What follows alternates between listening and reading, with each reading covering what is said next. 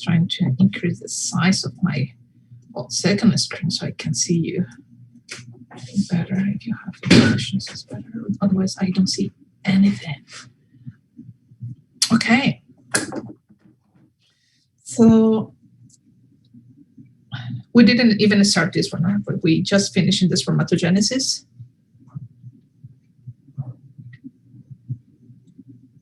Okay.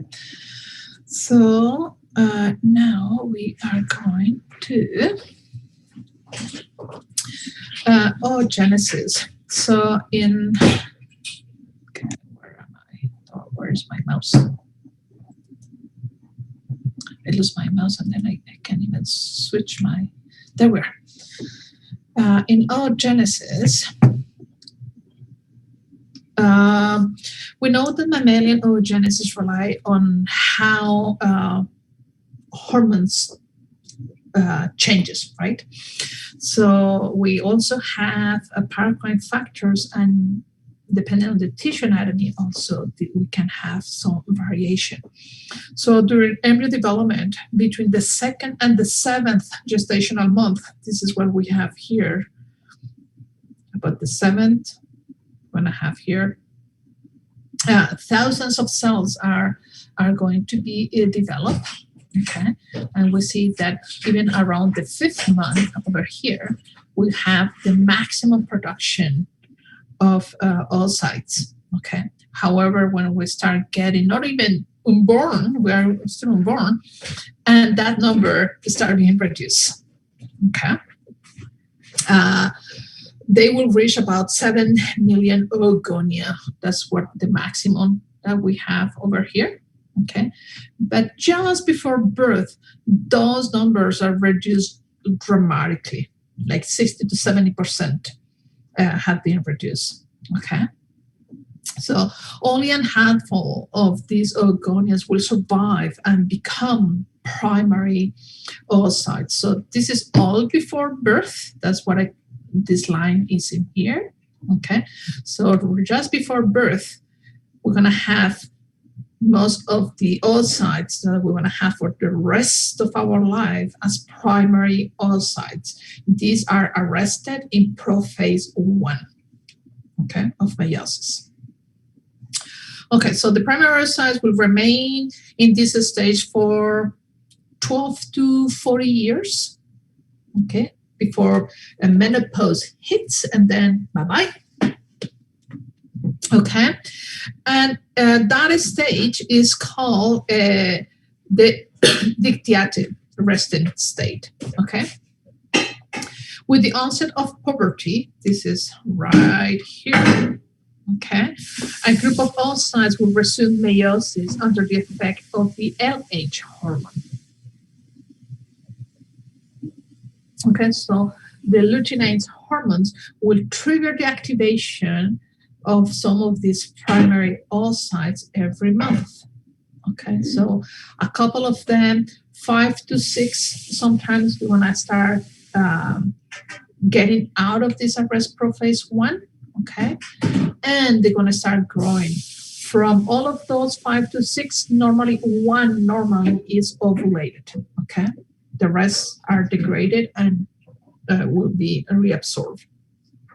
So the luteinizing hormone will trigger the change in the status of those, and the primary oocytes complete the first meiotic cycle and proceeds to the second. So the increased LH induces this oocyte maturation. At the telophase, one of the daughter cells that contains hardly any cytoplasm, that's what we have here, will become the first polar body, while the second contains the greater amount of the cytoplasm and becomes the secondary oocyte, okay? And this is arrested in metaphase 2 of meiosis, okay? So we know that at telophase, one of the daughter cells contain little, that's the polar body 1, and then the second is the secondary oocyte. And then ovulation occurs. Okay, so when ovulation occurs, this is already in metaphase 2. Okay. We will discuss a little bit more about this in the following chapter, that is fertilization. Okay, but normally this needs to be in metaphase 2 before it emits the sperm if an intercourse had occurred. Okay, and then it continues. And then we have here the second polar body that will be released, so we can have a balanced number of chromosomes in here and the cytoplasm. Okay, but we're gonna discuss a little more about this in the next chapter. Okay, what is important here is that because oocytes remain long time in the ovaries, they can be exposed to so many factors that can alter the viability of that oocyte. So a large proportion of human eggs have too many or too few chromosomes to survive. Okay. One of the major conditions found in these eggs is normally aneuploidy, which means an incorrect number of chromosomes. Okay. It seems that the recurrence of aneuploidy in female is due to meiosis errors, because they are there in our body for whatever number of years we live, and whatever we are exposed to, that can cause some issues to it. As we observe in this figure, the number of babies born with aneuploidies increase greatly with the maternal age. So here we have the maternal age, less than 15 up to 42. Anything that is from here on is considered a risk pregnancy. Okay, and here is a trisomy, so the percent of total pregnancies. Okay, so if you are between 10 to 25, the risk is very low. However, as you get into the 30s, you will see that it's an exponential change in the percent of babies that can be born with a problem, a genetic problem, right? So before 20, the risk is about 2 to 3%. But after that, the increase changes dramatically. And at age 40, over here, that is almost 35%. Here is in the 40s. We are like 35% of risk to have a baby with trisomy. Okay. The reason, we can observe it here in these two figures. We see that in B and C is the protein cohesion, okay, which maintain the sister chromatids together during meiosis, breaks down through time. Okay, so these little colors here in green start disappearing with time. So furthermore, the stability of the meiotic spindle seems unstable in humans. So in humans, metaphase takes about 16 hours to occur. Okay, and this time seems too long to maintain the meiotic spindle attached to the kinetochores of the chromosomes. So they detach, and that's why we have so many errors in the creation of the babies. Okay, so that was for this one. Now I'm just gonna need to go the other way around. You can see myself where am I, because I have you in full screen in this one. So sex determination is over. And now we come to this one. You have it in the screen now. The fertilization, and we went to page 2. I don't know which page, yeah. Anyways, okay. I don't see it in my screen because I have you guys in my other screen, so it's kind of hard.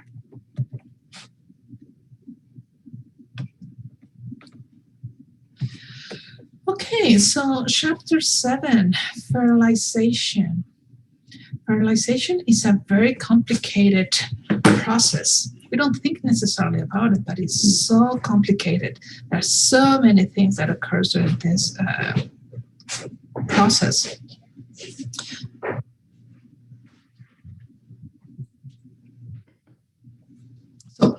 Let's go. So fertilization is simply the process whereby two gametes fuse to create a new individual with a genome that is a mix of both parts. Okay. Fertilization accomplishes two things. And this is something that for some of you is like, what? Sex and reproduction. What is sex?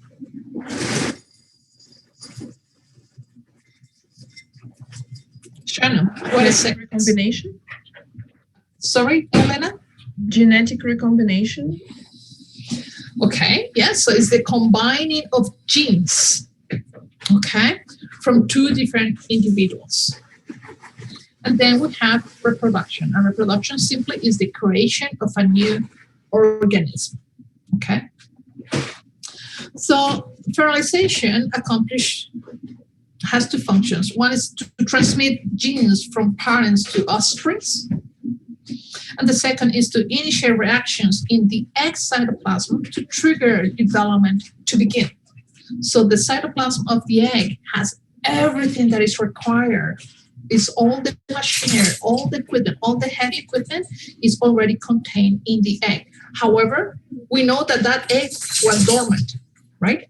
So we need to activate everything in that egg in order to be able to create everything required for the organization of an embryo. So there are many events, and we can divide it into four main events during fertilization. The first one is the contact and recognition between the sperm and the egg. It's not just because it's an egg and it's a sperm that sperm will be able to fertilize the egg. They need to recognize as one another. So we're going to have some species-specific factors that are going to play a role into this recognition, okay? Because a sperm of a cat won't be able necessarily to fertilize the egg of a dog, for instance, even though it's a sperm as in an egg, right? So we're going to have something specific that's going to allow this recognition. So usually, this recognition ensures that the sperm and the egg are from the same species. Now, the second event is the regulation of a sperm entry in the egg. And hear me here, but you're gonna be seeing the opposite at the very end. Only one sperm can fertilize the egg in most of the species. In 99% of the species, something like that, is normally one sperm that can fertilize the egg.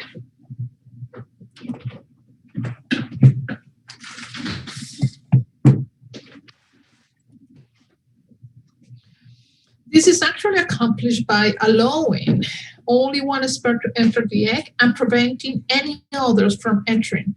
We know that the nucleus of the two gametes, the male and the female gamete, gonna join, gonna fuse and form a zygote, okay? And from the fusion of this, we wanna have all the equipment, all the spindle, the mitotic spindle, right? They're gonna start dividing, but if we have now three nuclei inside. Now we have a problem because we're gonna have more than one spindle, right? Which means that the distribution of the chromosomes doesn't gonna be equal, okay? So this is very important how we regulate that entry. In most of the cases, as I say, this is only one, but we wanna see a beautiful exception. The third event is the fusion of the genetic material from the sperm and the egg. So how it's gonna fuse to form that zygote. And finally, the last step is the activation of egg metabolism to start the development. Even if it fused, but all the other elements are not in place, we won't be able to form the spindle, we won't be able to create more membranes, right? So we need this activation of the metabolism of the egg. Okay. So the structure of each of the gametes, we're going to start with the sperm. The sperm is only within the past 140 years that the sperm role in fertilization has been known. So it's not too much. Okay, so a little bit of a history here, just because it's fun to know a little bit of the history. So sperm were co-discovered in the 1678, and that was by Rugenhood, one of the pioneers of the microscope creation, and Hatsucker. Okay, so this is the image that they created about the sperm. Okay, so it's like a mini human inside the head of the sperm. They thought that everything required for the creation of a human or for an organism, it was all encased in the head of the sperm. How naive, right? But they didn't thought that at the beginning. They thought that I should go back to this point. That is that at the beginning they didn't thought that a sperm was even living. Or they thought more as a parasitic animal, like the ones that we find in a drop of water, right? And they didn't have anything to do with fertilization. But later, with the microscope and all that, they start gaining a little bit of acceptance. In 1824, it was Prevost and Dumas claimed that the sperm were not parasites but active agents of fertilization. And then, so we are starting in 1876 in here, when we start seeing a little bit of the roles of the nucleus. So we go from 1678 to say, oh, there is something in there, to 1694 that they say that sperm contain a preformed embryo inside, to 1824 to say that they actually are required for fertilization. And then in the 1840, we've started the formation of a sperm cell within the adult male testis. So we get here to 1876 when we finally observe the role of the sperm in the formation of an embryo. So sperms are formed in the seminiferous tubules, as we saw in the last lecture. It starts with a spermatogonium, and then from that spermatogonium A and B, one remains a stem cell, the other one continues the process of maturation. Then it goes into primary spermatocyte. Okay, so it's really close to the external part of the membrane. This is the lumen of the seminiferous tubule, okay, so it's at the very base here. It has a big nucleus, as we see in here. Okay, that's what is easy to spot. And then it goes into secondary spermatocyte. The nucleus becomes more condensed. It's a little smaller. Okay. And in this case, we're going to have in the lab related to fertilization, gametogenesis, we're going to be looking at details about spermatogenesis. Okay. And then it goes into spermatid. Okay. And here just start taking the shape of the sperm, but it still has a lot of cytoplasm. And from one, we get 4, right? After the second meiosis, we get 4 cells, and all are linked with a bridge, cytoplasmatic bridge. Okay. And then the last step that is not part necessarily of spermatogenesis is the spermiogenesis. Under the spermiogenesis, all the cytoplasma that was in here is lost, is reduced, and we get individual sperm. So it goes from the basal membrane here to the lumen of the maturation of this sperm. So each sperm consists of an haploid nucleus, a propulsion system to move, that is the flagellum. Okay, we want to see that in the next slide. Okay, and it has a neck or a mid-piece that is, depending on the species, close to the head or a little farther away. That is in this section between the head and the flagellum. We're going to have the mid-piece, and that mid-piece contains a pack of mitochondria that will provide the propulsion energy for them to swim and find that precious egg. So most of this sperm cytoplasm is eliminated during this process of maturation. You see here it does not have any cytoplasm at all, and leaving only certain organelles that are modified for spermatic function, and we're going to see that in the next slide. So there's a huge transformation through this process of spermatogenesis. And this is the model for mammal spermatogenesis and modification. So the sperm head is made up of the nucleus and acrosome. Okay, so here we have the cell. Here is the nucleus. Here is the Golgi apparatus that will become, as we're going to see, as the acrosome of the sperm. And here we have the centriole. This centriole is going to play a very important role because the flagellum of the sperm generates from that centriole. Okay? So nucleus, Golgi apparatus is going to be very important. Okay?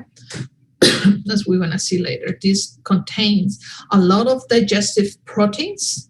They're going to break the covering of the egg. In many species, we have globular actin molecules that lie between the nucleus and the acrosome. Okay, these actin proteins form a finger-like, and we're going to see it in a couple of slides. Okay, that represent the acrosomal process. So here we have, this is the acrosomal vesicle. This is the Golgi apparatus. Then it changes once it's created. And we're going to have in this section over here, between these two, we're going to have that acrosomal process, very important role during the early stages of fertilization. In many species, the recognition between the sperm and the egg involves molecules that are going to be placed in this acrosomal process. Okay? So this haploid nucleus is a streamlined and contain tightly compressed DNA, as we can see in here as it matures. You see the different mitochondria that were placed in the cytoplasm and start aligning, and they're going to be placed in this part of the flagellum that want to become the mid-piece. Okay, so in the head, we have the vesicle acrosome, the cell membrane, and the nucleus. The centriole, which gives rise to the flagellum, is in part of the mid-piece, that intersection. And in that mid-piece, we have all the mitochondria that are going to fuel the energy for the sperm to swim. And then we have the tail, and when we have the end piece. Okay. So I think I had, yes, it's in the next slide, I think. So we have this mid-piece, and this flagellum is very interesting because you're going to have the total axonema at the base. That is what allows the movement of the sperm. So the flagellum, if we make a cross section, looks like this. It has 9+2 arrangement of microtubules. So this is 1, 2, 3, 4, 5, 6, 7, 8, and 9. Okay. And then we have 2. The 2 are the ones that are in the middle. Okay. So these are all microtubules made with dynein. Dynein is the protein that creates the arms of this flagellum. Okay, so we see how here they are very well tied together with the 2 that is in the central, and that what provides the movement, the undulation movement of the tail as it propels to find that egg. So in mammals, the final stage of sperm maturation is capacitation. And a sperm of a mammal that has just been ejaculated can necessarily fertilize immediately and needs to finish their maturation, and that maturation occurs in the female reproductive tract, and that's what we call capacitation.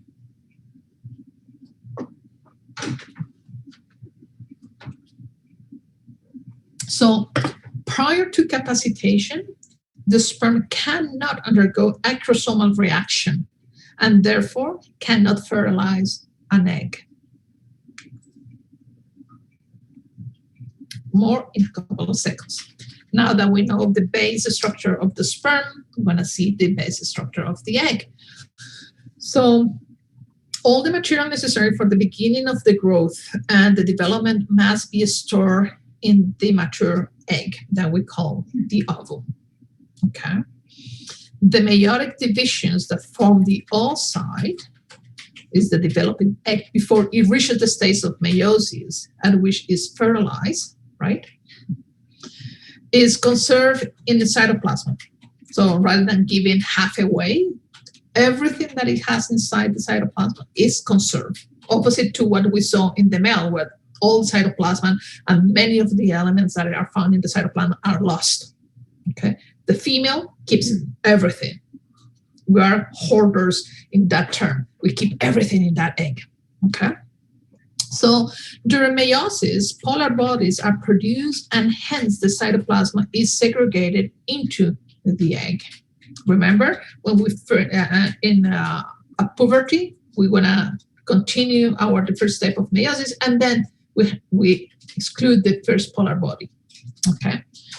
During maturation and meiosis, the oocyte either synthesize or absorb proteins, or both.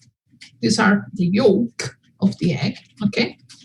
Birds' eggs are enormous single cells swollen with accumulated yolk.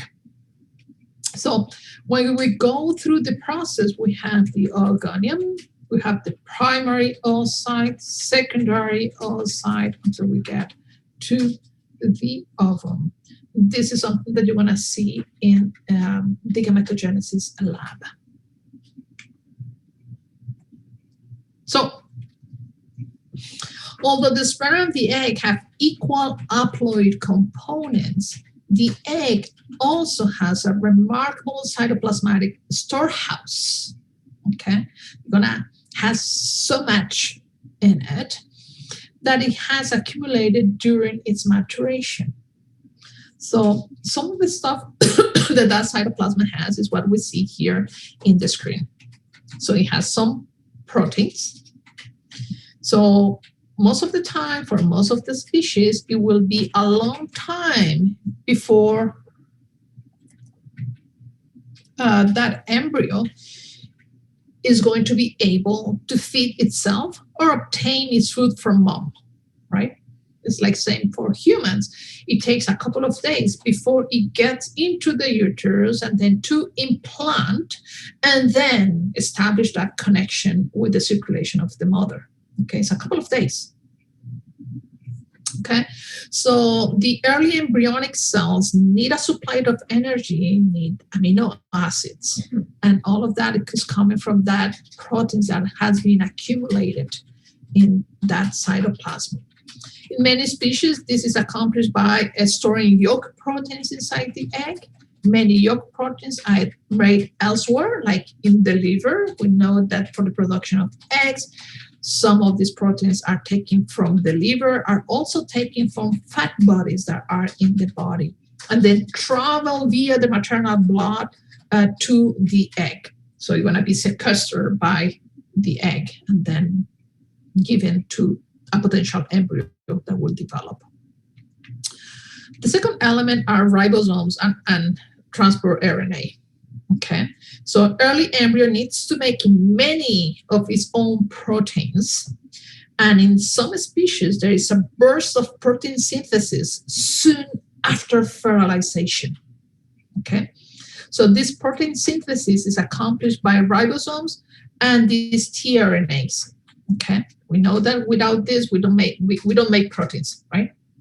So we need the ribosomes and the tRNA that are found in the egg cytoplasm for that embryo to be able to create membranes, for instance. So the developing egg has a special mechanism to synthesize ribosomes too. Then we need mRNA. So these are synthesized and stored away during oocyte development. Sea urchins' eggs, for instance, have 1,000 and more of different types of stored mRNAs. These are dormant until the egg is fertilized. So they're there, chilling out, doing absolutely nothing, waiting for the prince to come and kiss them and say, "Oh, I'm awake. Let's go to work." Another factor is, there are multiple morphogenetic factors. We have already defined them, right? So these are molecule, often transcription factors, segregated into the blastomeres during cleavage that direct the differentiation of the cells. So as soon as that egg starts producing the first cell and then continue the process of mitosis, these factors are going into these blastomeres. Remember, blastomere is the product of the cell division, okay? And they're gonna indicate, depending on their position, what these specific cells will become. So they're gonna determine the fate of the cells. These morphogenic factors are synthesized during oocyte maturation and are located in specific regions of the egg cytoplasm. Remember, we saw that with the Drosophila, we had the nanos and the caudal portion. It doesn't change, it's in the cytoplasm, but as the cells are occupying that space or are dividing into that specific region, this transcription factor are transmitted to those specific cells, okay? So precisely where, of course, determine which blastomeres will receive them, and that's the fate of those blastomeres. One of the last elements in the cytoplasm for the activation of that embryo is the protective chemicals. So the embryo cannot run away from predators or move to a safer environment. There is still wherever the parents laid them or fertilize those eggs, or inside the uterus of the mother, right? If we talk about placental animals.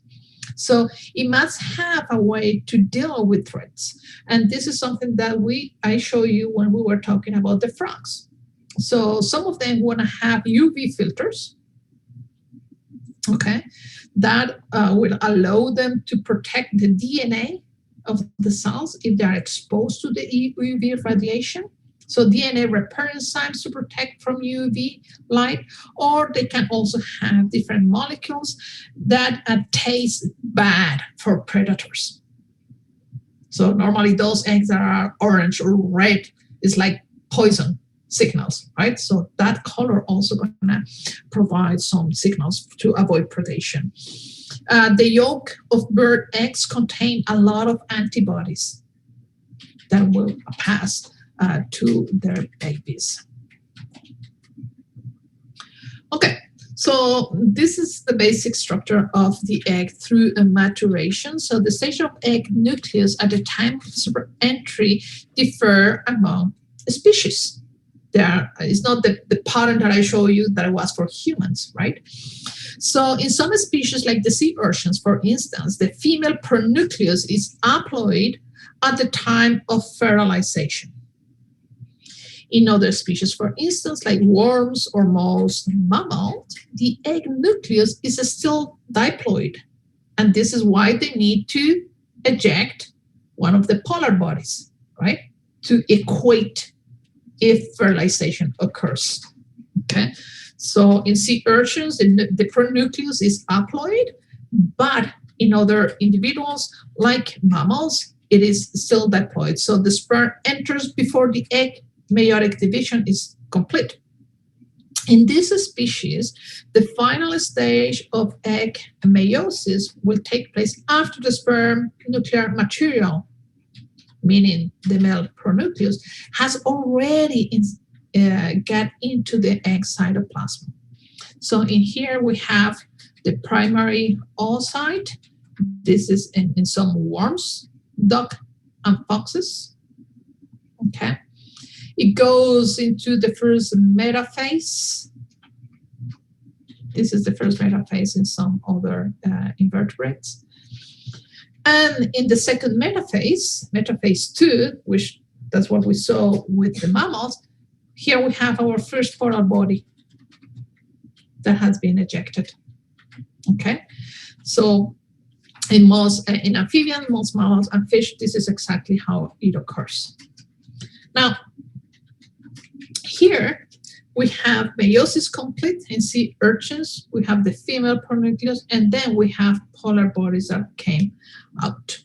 Okay, so it is worth noticing that the germinal vesicle is the same name given to a large diploid nucleus of primary oocyte. So the polar bodies are non-functional in these cells produced by meiosis because it doesn't have the material. The pronucleus is here, all the material. This is already haploid, right, in sea urchins. So these are not functional.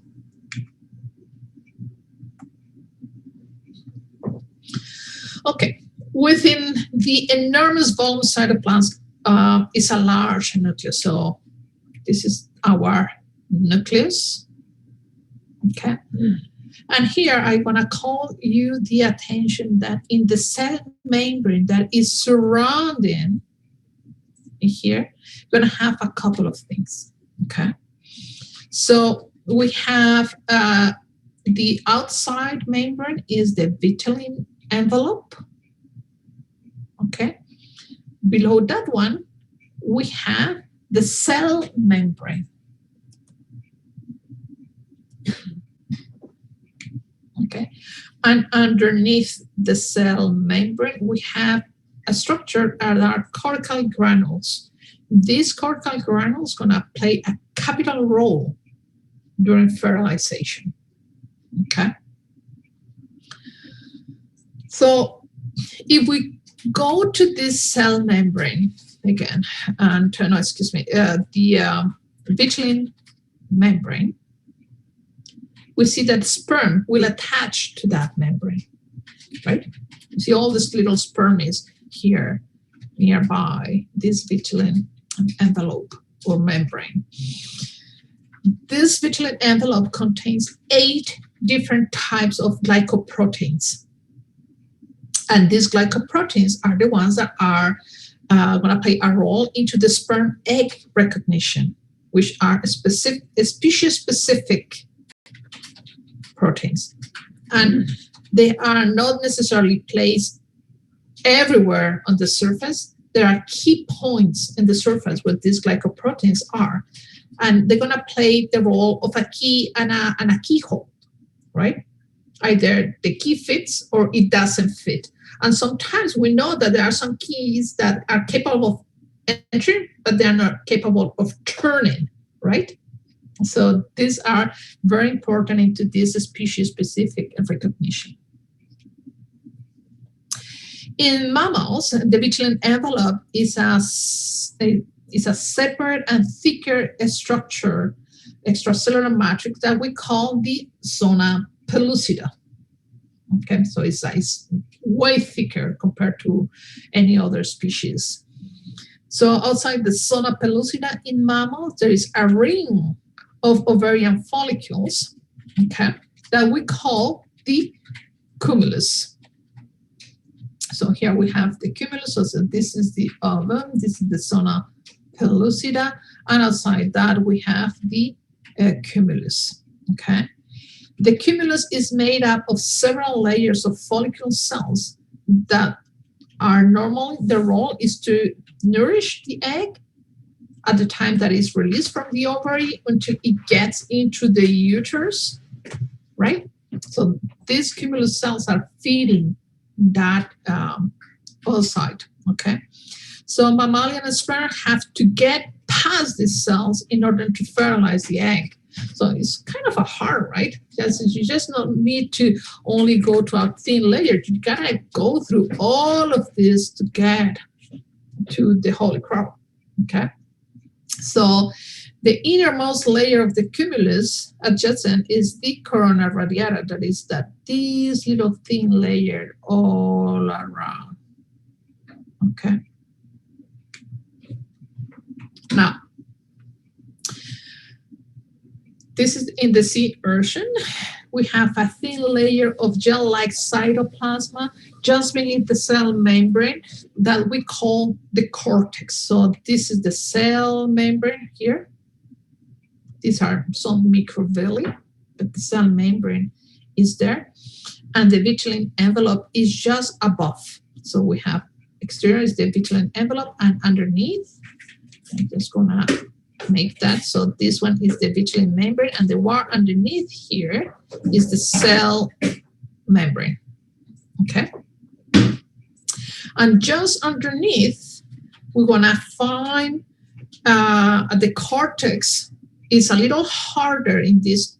And now I need to go back to this. This section is a little harder, okay, stiffer, and contains a high concentration of globular actin molecules. Okay, so that in this section, we're going to have active molecules, just in this section. And underneath, we have the cortical granules. Remember the cortical granules that I showed you a couple of slides before? Two, to be more precise, we're going to find these cortical granules. Okay. So during fertilization, the globular actin that is here start polymerizing. And they start forming cables of actin that we call the microfilaments. These microfilaments are needed in cytokinesis, which is the cell division, right? They are also going to form small projections. That this is what we see here, this microvilli. So this is all microvilli have little microfilaments in them. Okay, and this is what aid the sperm entry to the cell.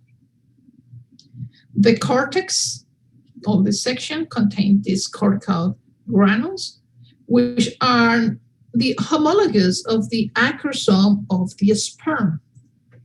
And we're going to go back again in a couple of slides to look at this acrosome, okay? But just for the moment, just keep in mind that these cortical granules are the homologous of the acrosome of the sperm. These cortical granules are basically a Golgi apparatus that is derived and contain proteases. It contains mucopolysaccharides. It contains also adhesive glycoproteins and contains iodine proteins. So it's a lot of things just packed in these cortical granules. Don't worry, we're going to go back to this in a couple of seconds. So proteases, mucopolysaccharides, adhesive glycoproteins, and iodine proteins. All these enzymes and mucopolysaccharides are really important in preventing something that is called polyspermy.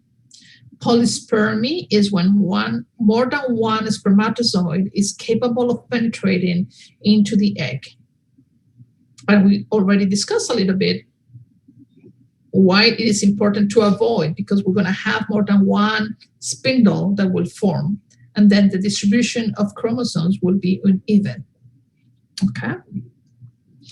So the iodine and the adhesive glycoproteins that are also in these cortical granules surround and support the early embryo.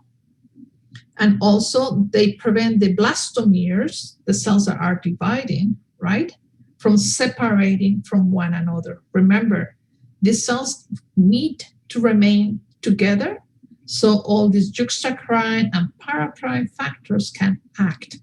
If cells are able to disperse themselves into the cytoplasm, we won't have an embryo, right? We need these a tight communication among the cells. So the iodine and the adhesive glycoproteins going to support these blastomeres to remain stable. Is that clear so far? Yeah? Okay.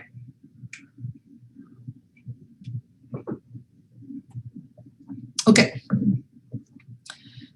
Depending on what type of egg we're talking, there are many types of jelly coat. That the one that is outside the vitelline envelope. Okay, so this is an egg of the sea urchin. And here we have the female pronucleus.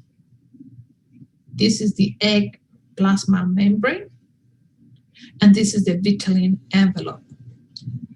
How I know that is at fertilization? Because, see what I see, and I'm gonna put it into the,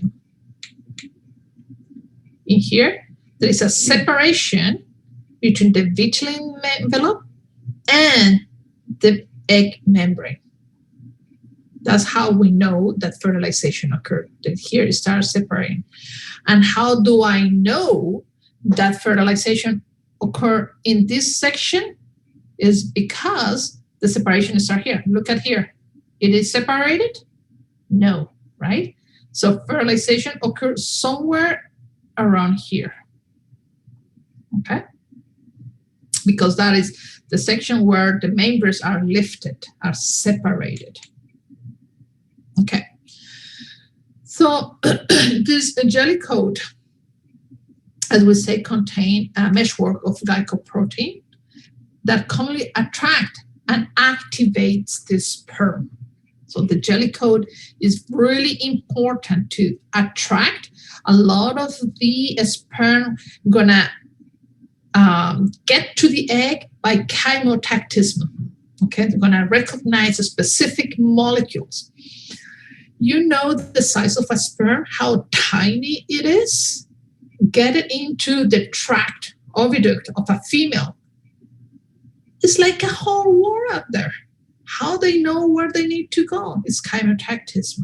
Okay, so the egg is specialized for receiving that sperm and initiating the development, but the sperm needs to get there first.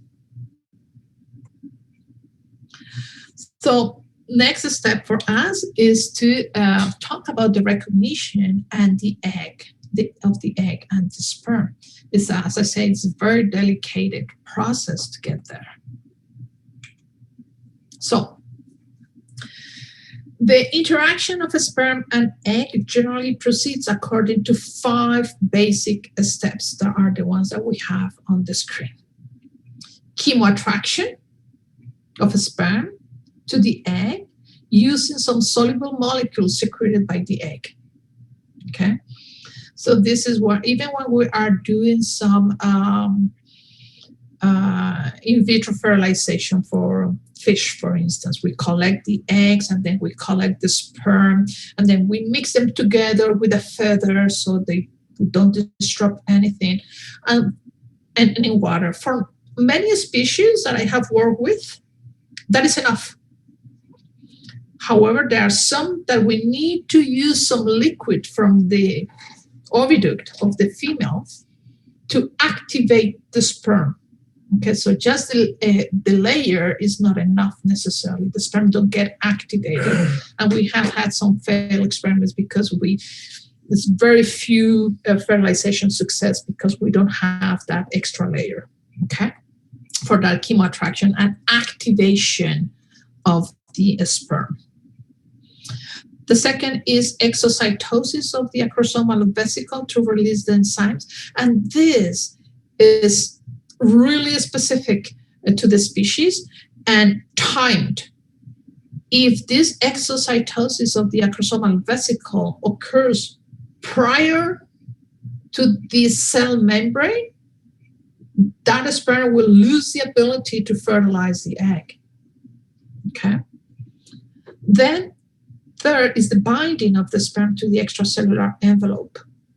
Once again, they can reach there, but if that key doesn't work for that keyhole, for that treasure chest, doesn't going to open.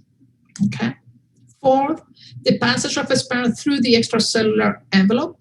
And fifth, the fission of the egg and sperm cell membranes to allow nutrients to pass.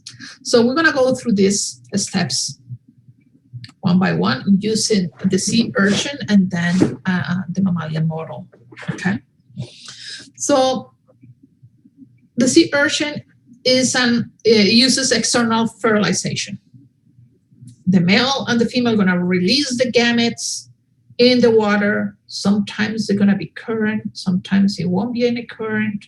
So they need to be very efficient, and they need to time to release these gametes close to one another, right? So the first event that we talked, it was the chemotactism, right? So sperm is chemically and tactily attracted to an activate egg. So in here, this is the cell membrane. In here is where we want to find some actin molecules. Here is the vitelline envelope in red, and in yellow, this is the jelly coat. This is the extracellular coat that is important for the initial activation of the sperm. Okay. So the sperm gets attracted to the molecules that are in this jelly coat. Okay, and that's the first step. Once the sperm gets in contact with this jelly coat, we're going to go into a process that is called the acrosomal reaction, or the acrosome reaction. Okay. In here, what we see is that the membrane of the head of the sperm disintegrates, and then we're going to have the acrosomal reaction that protrudes. So we have a lot of actin. We want to see that in a couple of slides, in 2 or 3 slides, I think. And we see that it projects. It's like a mini key that comes out. Okay. That's the acrosomal process. This will release the enzymes, proteases, the digestive enzymes here indicated in the green, because that's what the acrosome contains, okay, that will degrade and go through these jelly coats, that allows them to go farther. So we're going to have the digestion of that jelly coat with those proteolytic enzymes that we have in the acrosomal process. The fourth step is the binding with the vitelline envelope. So the sperm will adhere to the vitelline envelope and lies a hole. So it's just like a drill and gets that cell membrane, that vitelline envelope broken. Okay. And then the fifth and last step in here is the fusion of the acrosomal process membrane and the egg membrane. So here we have the egg membrane in white, and then we have a fusion. And you see how this actin continues to polymerize. It starts polymerization in this step with the process, the acrosomal process presence, but in here it continues to polymerize, to extend and create this bridge here. Okay. So after these 5 steps are accomplished, the haploid, the sperm, and the egg nuclei that is right in here want to be able to meet, and the initial reactions for the development can begin. Point important for these external fertilization subjects: see that the acrosomal process binds to the vitelline envelope in a perpendicular fashion. Okay, so is the point of this acrosomal has all these proteins that are specific, and is presented in a perpendicular fashion.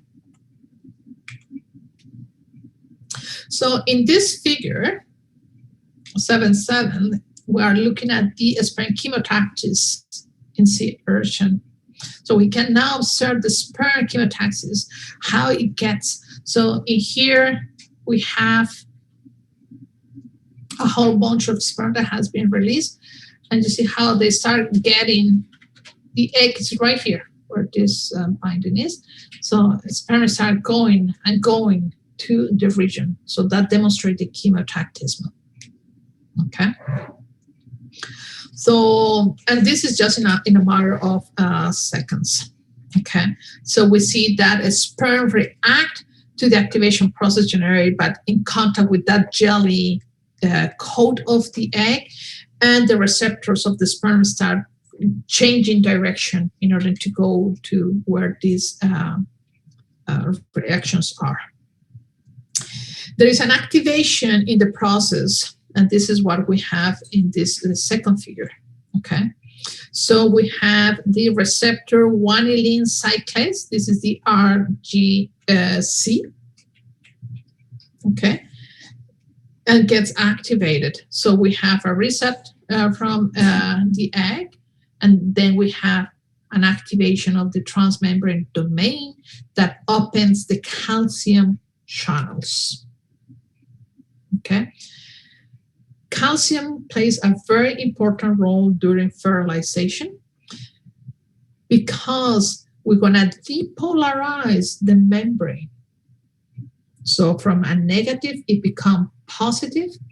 And when it gets a positive membrane, the egg is able to bind. Before that, we can't do that. Okay.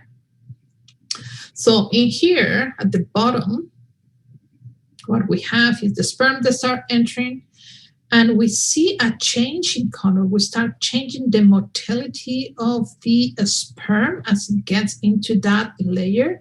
And at the end, we see this red color here. You see that red color at the end of the first second at the bottom here illustrate high levels of calcium. Okay. The blue is low levels of calcium, and the red indicates high levels of calcium. So it only takes a second. Oops. This was all in 1 second. Crazy, yeah? 1 second. That only takes 1 second to activate the sperm once it gets in contact with the jelly layer.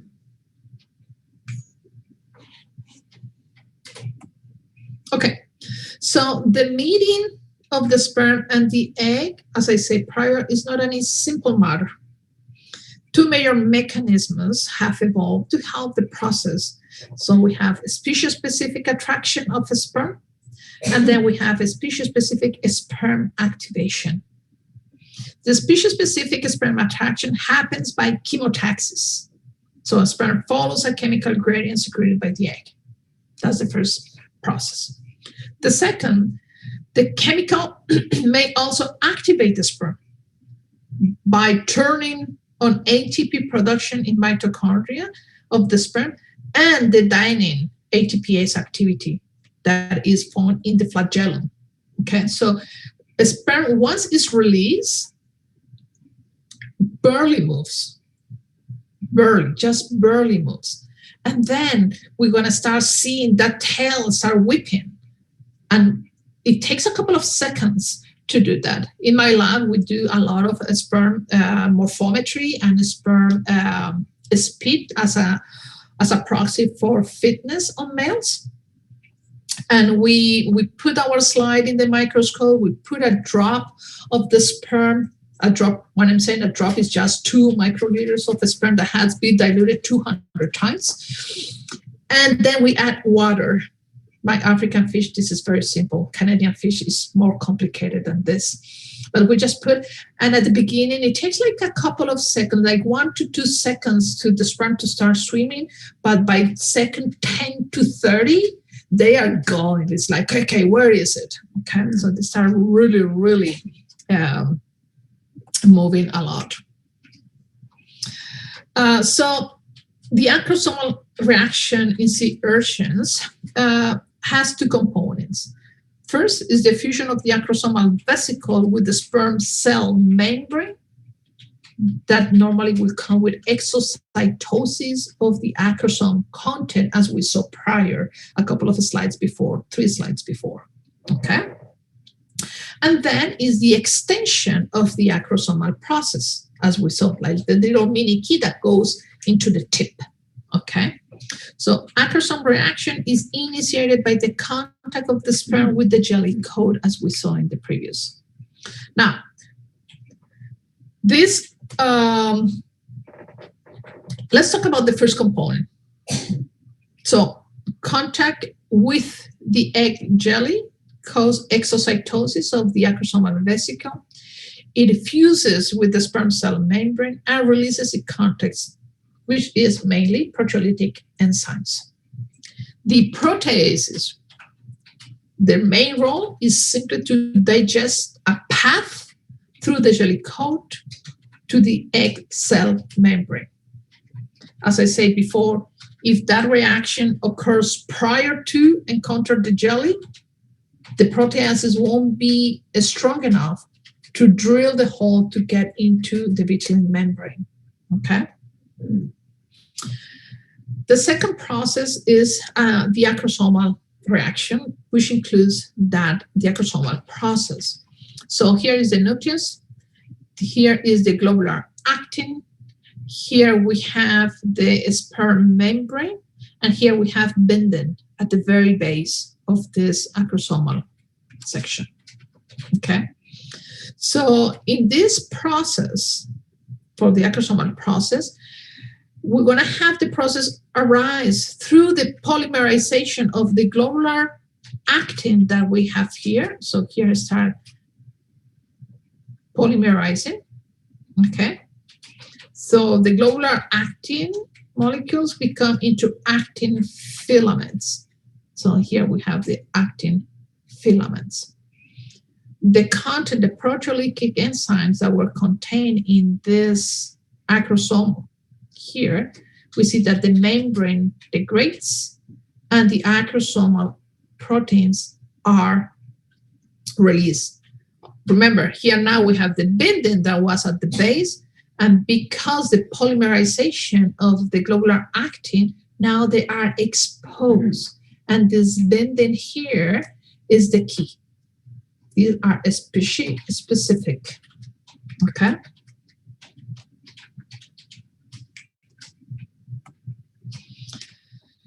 So important for sea urchins, this reaction, because they have external fertilization. So sperm and eggs are broadcast into the aquatic environment where several other species of eggs and sperm are likely floating around, right? Because reproduction, we know that the reproduction of many species happen at about the same time.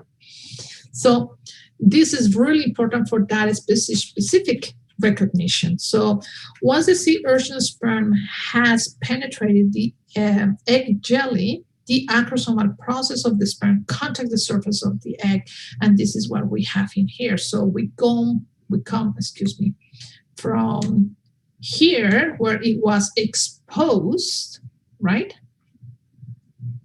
to this next, where this is the membrane of the egg, the external membrane, the vitelline membrane, and this is the cell membrane underneath. And we see how in the microvilli of the coat, that's where they are connected, okay? So the contact between the sea urchin acrosomal process with the egg microvilli in this point. It's not over here, it's over here in the microvilli.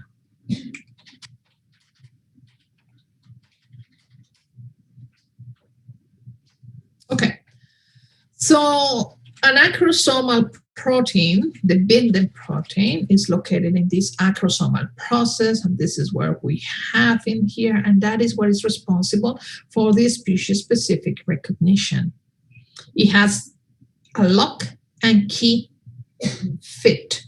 Not all, as I say, some keys are capable to get into the lock, but not capable of turning and opening the treasure, okay? So the type of binding receptors in the egg cell membrane are specific for the species. So in here we know that the sperm do not cover every surface. They are more conglomerated in a specific section. So those locks are not placed everywhere. There are specific sections in the surface of the membrane of the egg where the sperm going to attach to in the specifics. Here we have The sperm, these are some beads with the factors that it is attracted to. So we see that it went into the acrosomal reaction, right? That this is the acrosome that has been exposed because the beads are the right chemical, okay? So in here, the second part is showing us simply how binding will specifically attach to whatever lock is in that membrane. So to review that process, the portion of the acrosomal membrane laying directly beneath the sperm cell membrane fuses with the cell membrane and release the contents of the acrosomal vesicle. That's what we have here. This acrosomal vesicle is releasing the acrosomal enzymes. The actin molecules assembles to produce microfilament that extends the acrosomal process outwards, and then the binding molecules are now exposed, and that allows for the species-specific recognition.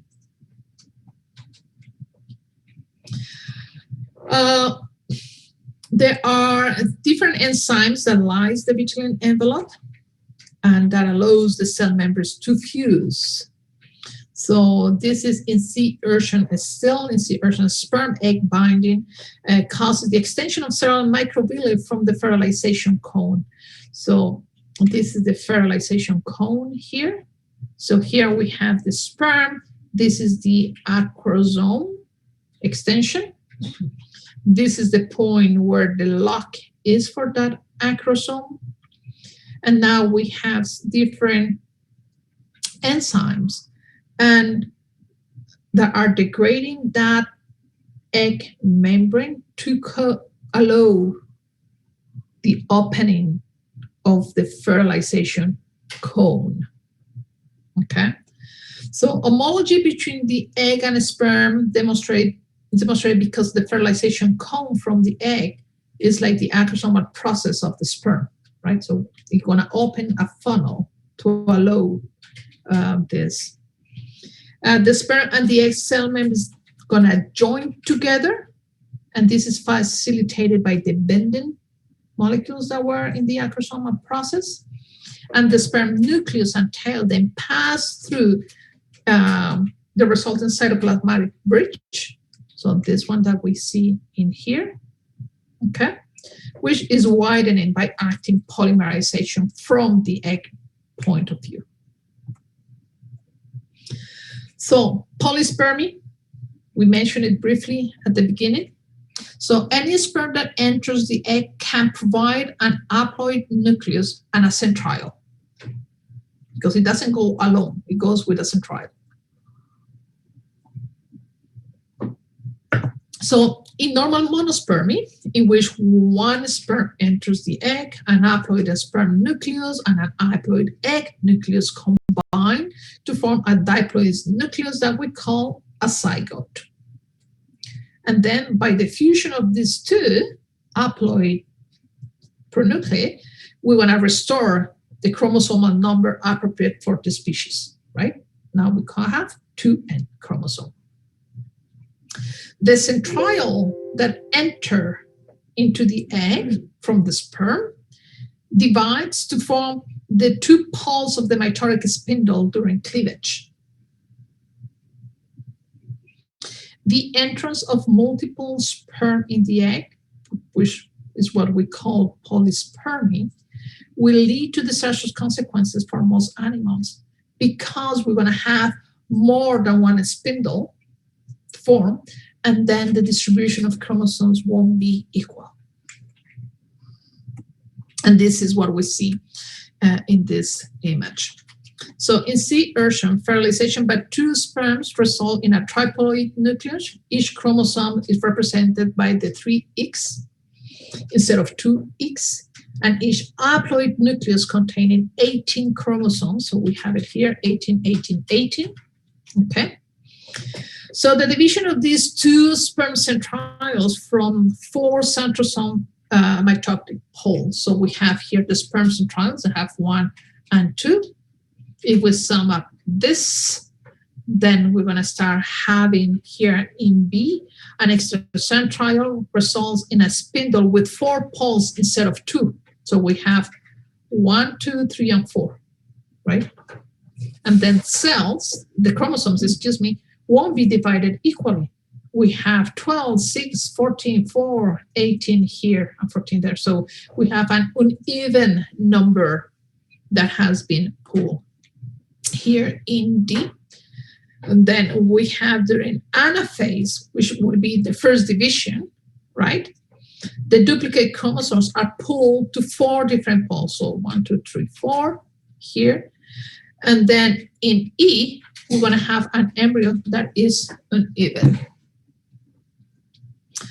So the embryo will die. This embryo is not viable because we have an uneven distribution, and we're going to start having a disintegration of the cells. So because there is no mechanism to ensure that each daughter cell receives the proper number of type of chromosomes, the chromosomes are separated unequally, the cells will die.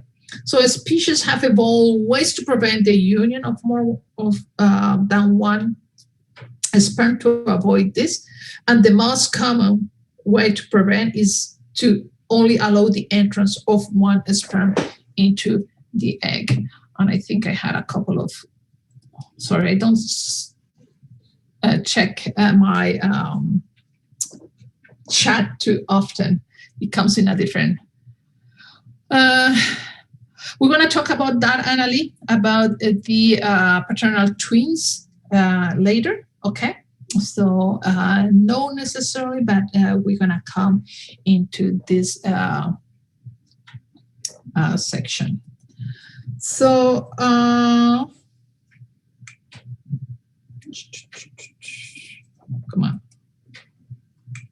Okay, there we go. So we have 2 mechanisms to avoid this polyspermy. Okay, we have the fast reaction, which we call the fast block, and this is what we have in here. This is accomplished by an electric change in the cell membrane. Remember when we were looking at this calcium entrance, right, that depolarizes the membrane? And then we have a slow blockage. Okay, that is a little more, protects the egg for a longer period of time, because we know that when a membrane is depolarized, normally the cell membrane of a living cell would try to go back to homeostasis, right? So it's just a fraction of a couple of seconds that this happens. The second blockage is the slow process, and we're going to have the exocytosis of the cortical granules that we saw when we were describing the cell membrane of the eggs. But let's talk about the first mechanism. Okay, so the fast block reaction. So the membrane provides a selective barrier between the egg cytoplasm and the outside of the environment. So the ionic concentration of the egg normally will differ from the surroundings, right? So especially for sodium and potassium ions, we know that we're going to have more potassium inside and less sodium inside. So this gradient maintains a negative charge of the membrane. And we know that the voltage at the membrane level of a living cells is around minus 70 millivolts, right? So it's very negative. And this is really negative because we have a lot of proteins which charge normally is negative inside the cells, okay? So within 1 to 3 seconds after the binding of the sperm, the electrical potential of the cell membrane changes. So it goes from minus 70 that we see in here, and it can go to plus 20 within the first second, normally, this occurs, okay? So that change causes sodium to go in and maintain that depolarization of the membrane, okay? But a sperm cannot fuse with eggs that have a positive membrane charge. So that's what, within the first seconds, if a sperm binds, as soon as one binds, it depolarizes the membrane, becomes positive, and no more sperm are capable of fusing to that membrane. So it is not known exactly how the positive membrane potential blocks secondary fertilization, except that the sperm cannot bind to a positive membrane. That's the only thing we know. Okay, so an electric block of polyspermy is also found in amphibians, but probably not most mammals. And since it's internal fertilization, it's hard to observe unless it's in vitro fertilization. But that comes with a lot of ethics problems, right? So the fast block to polyspermy is transient because the egg membrane potential is going to try to go back to is negative, and that takes a couple of seconds. So within a minute or so, normally that membrane of the egg will come back into a negative. Okay, it's not enough, but it's enough to prevent initial polyspermy and the cortical reaction to be triggered and have the second blockage. So this fast blockage does not prevent entry of additional sperm already bound to the cell membrane. And we are going to stop there so we can continue on a Monday, because it is already 11:20, and some of you may need to go to another course, or maybe you're gonna need to go to a bathroom or a coffee break. I don't know. I know that I need to warm my coffee because I didn't drink too much of it. And I've been teaching since 8:30, so I am a little tired right now. So with this, we're going to continue next week. I tried to put something into, no, I didn't try, I did. I put something into D2L to explain a little bit of the perusal system. As I say, the more students participate, the more you're going to be able to see. I need a threshold of students that start. If you are the first one, you don't see any comment. But if you are the second and the third, then you start seeing comments, okay? If you read one, that's fine. If you want to read both, I always put something that is, not in this case necessarily, the one for biomed students and the other one for zoology students, so we have a little bit of diversity depending on your interest. If you want to read both, fantastic. As I said, the more you add questions and answer questions from others and relate to material, I don't know if you can see it. I don't think you can see it right now, but I'm responding to your comments, and I'm evaluating your comments too. Okay, so the more you interact with one another, I think it's a very cool system to allow you to have conversations among yourselves, so you don't feel like you are alone into this. This virtuality sucks, believe me. I hate this. And for those that have me in class, you know that I a little more interactive in person that I can do. I try my best to interact with you, but if I don't see you faces, I can see a few. And I need to change again the setting of this one because I can only see 25 on my screen. And right now, half of you have the cameras on. So I see Shanu or Emma or Catherine or Elena saying, oh, yes, or no. So that's a way for me to assess whether what I'm saying is sinking or not at all. I am very interactive. I can see too much your eyes from this screen, but normally I try to read whether you are getting the material or not. This is very important for me to be able to read you guys.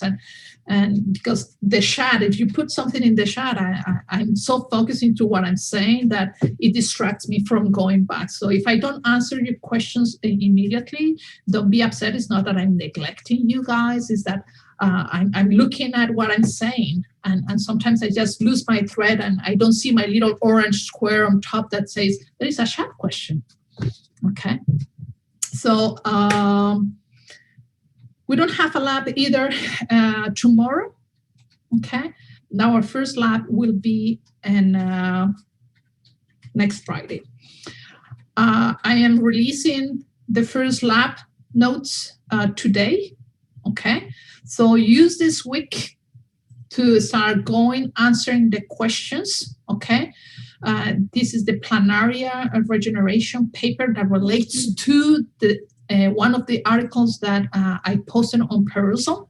Okay, I have no, there is no lecture tomorrow. Okay, it won't be. I'm advancing, and I took out one chapter prior to before I made that syllabus. So I just say we are on this together. So we don't have a lab lecture tomorrow as we did last week. You're going to need to read that paper of planaria anyways in order to be able to answer to the questions that are in the lab report. Okay, so remember, one part of the article discussion is your interaction with other students on Perusal.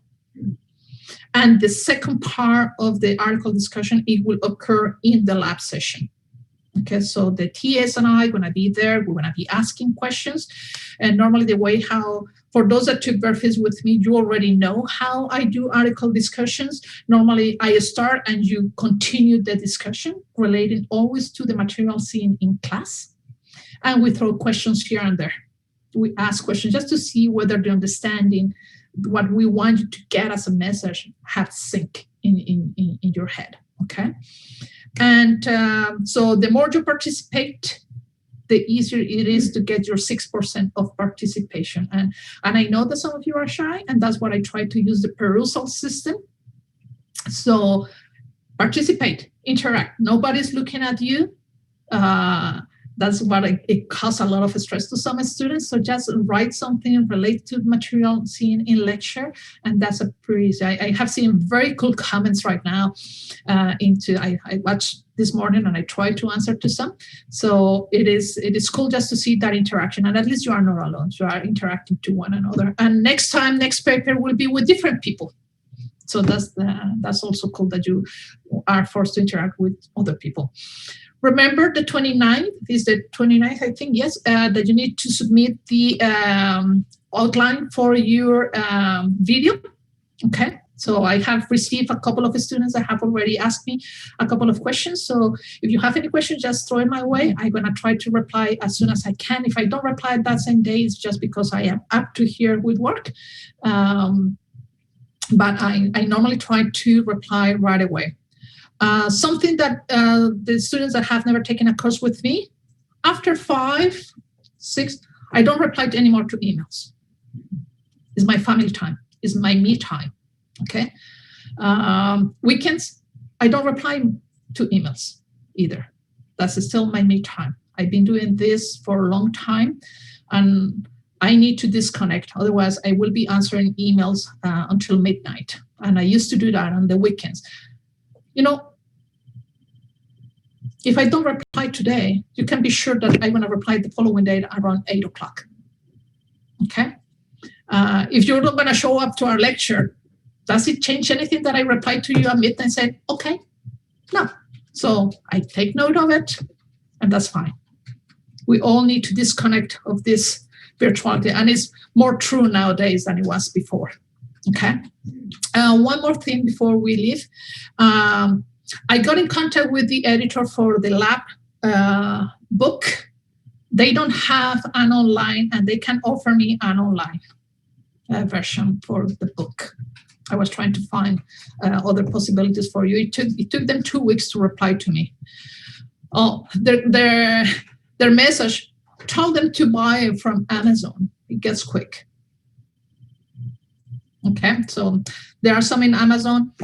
For the first lab, what I think we are going to do, we're trying to find a PDF. I never recommend to, I watched yesterday, and there are like 5 to 6 different websites where you can find this book in PDF. Now, those are pirate places, right? And you may take the risk to get a virus. So my tech, Joe Felix, is going to try to turn up his Linux computer to try to see if we can get one of these PDFs to start with. But you need, just to give you a little bit of, it's a little bit of, I was reading the chat. Sorry, Emma. You distract me, Emma. So we may gonna try to provide you with the pages for the first labs. However, those will be pages that you can print, download, or extract, because we can only, because of the rights of the books, right? They have author rights. I cannot do that. I will be in violation. And if the editors find out, particularly now that I say that we have a problem here, we can be sued. Okay, so we're gonna just try to have the first lab, for the first lab or so, a PDF for you, but we're gonna need to order. Okay, I'm just trying to catch up with the, so no, tomorrow there is not a lecture in lab. The submission of the presentation online is via Dropbox. I'm gonna create the Dropbox I haven't created. It's gonna be a Dropbox on video. Okay, video Dropbox. And Emma put the link for Amazon. What else? The book is needed for the following reasons for the lab. Every lab says, go to figure X and identify the following sections. If you don't have the book, you're gonna waste a huge amount of time trying to find an image that has the parts that I have asked you, that represents the cuts that we are providing for you to label. Okay, so Taya says that yours got into 4 to 5 days, so it's still some like that. Amazon, it was cheaper than at the bookstore, and that it is what it is. And in the video handout, 500 words. Yeah, but that is only when the due date for the video, so you will need a 500 words. Anything else? No? Okay. Professor? Yes, Maher. Even if I ordered the book, it's going to take at least a month for me to receive it.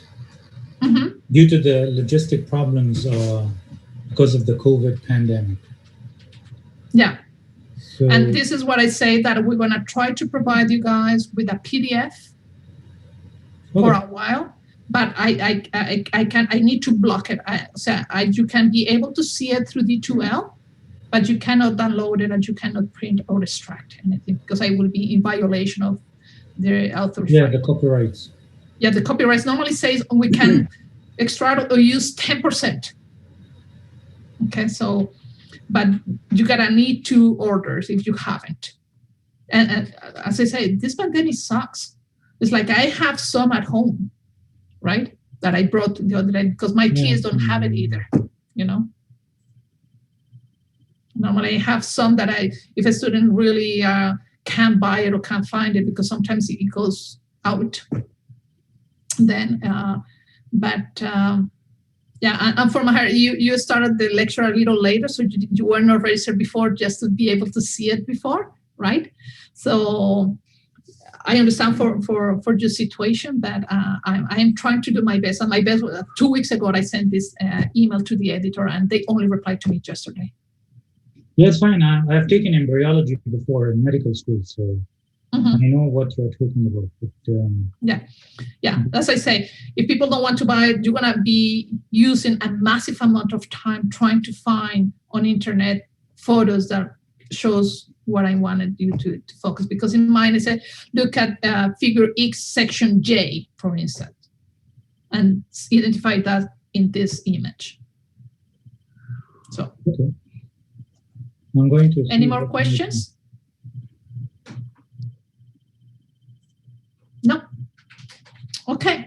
So please take care of yourselves. Try to do a little bit of exercise. Go outside. Today is not as freaking cold as it was yesterday. So I opened the door for my dog yesterday, and he just, I I can hold it. I can hold it. Not even the dog wanted to go outside. It was so cold yesterday morning. But just take care of yourself. You need to go outside to keep this a little more stable, because this clustering here at home is hard. And some of you may be alone, so just go outside, breathe a little bit of fresh air, and that is going to help you. Okay? Take time for yourself. Have a wonderful weekend, and see you on Monday. Okay.